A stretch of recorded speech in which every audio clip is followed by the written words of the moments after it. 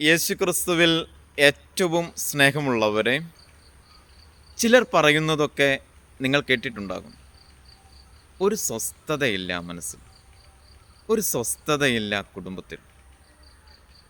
നമ്മളും പറയാറുണ്ട്, ഒരു സ്വസ്ഥതയില്ല ജീവിതത്തിൽ. എങ്കിൽ ഈ വചനം ഒന്ന് കേൾക്കണം. ഇന്ന് ധ്യാന വിഷയമായിട്ടെടുക്കുന്ന വചനഭാഗമാണ് സുഭാഷിതങ്ങളുടെ പുസ്തകം 17-ാമത്തെ അധ്യായം 1-ാമത്തെ തിരുവചനം. കലഹം നിറഞ്ഞ വീട്ടിലെ വിരുന്നിനേക്കാൾ ഏറ്റവും നല്ലതും അഭികാമ്യവുമാണ് സ്വസ്ഥതയോടെ കഴിക്കുന്ന ഉണങ്ങിയ അപ്പക്കഷ്ണം.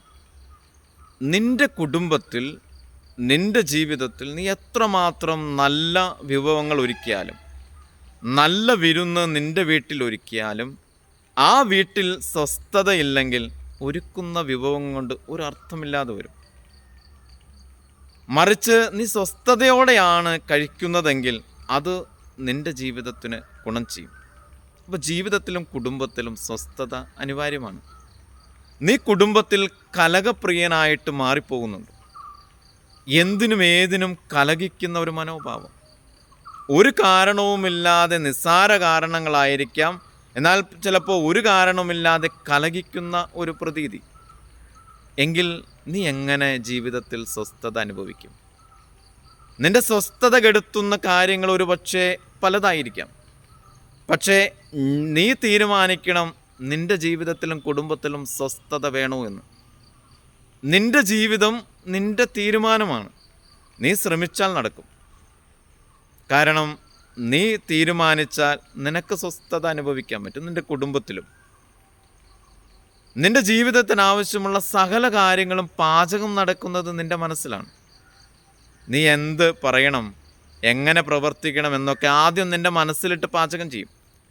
അപ്പം നിന്റെ ജീവിതത്തിന് ആവശ്യമുള്ള പാചകം നടക്കുന്ന നിന്റെ മനസ്സ് സ്വസ്ഥതയില്ലെങ്കിൽ അതിൽ നിന്നും പാചകം ചെയ്ത് പുറത്തു വരുന്ന കാര്യത്തിനും സ്വസ്ഥതയുണ്ടാകില്ല.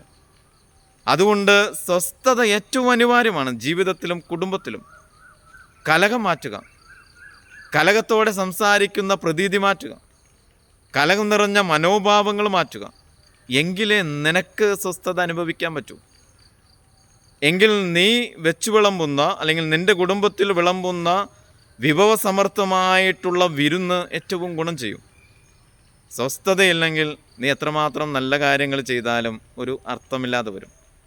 അതുകൊണ്ട് ഏറ്റവും അനിവാര്യമായിട്ടുള്ള ഒരു കാര്യമായിട്ട് നീ എടുക്കുക, കലഹപ്രിയനായിട്ട് മാറാതിരിക്കുക.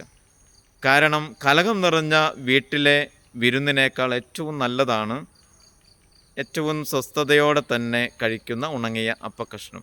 ഇത് നീ മനസ്സിലാക്കുക. ഞാൻ എത്രമാത്രം നല്ല കാര്യങ്ങൾ ചെയ്താലും എനിക്ക് സ്വസ്ഥത എൻ്റെ ജീവിതത്തിലും കുടുംബത്തിലും അനുഭവിക്കാൻ പറ്റുന്നില്ലെങ്കിൽ അത് ഗുണമില്ലാതെ വരും. അതുകൊണ്ട് നിൻ്റെ ജീവിതം നിൻ്റെ തീരുമാനമായിട്ടെടുത്ത് സ്വസ്ഥത സ്ഥാപിക്കാനായിട്ട് നീ പരിശ്രമിക്കണം. അത് നിൻ്റെ ജീവിതത്തിലും നിൻ്റെ കുടുംബത്തിലും. പ്രതികൂല സാഹചര്യങ്ങൾ ഉണ്ടാകാം, പക്ഷേ ഇത് അനിവാര്യമാണെന്ന് നീ തിരിച്ചറിയുക.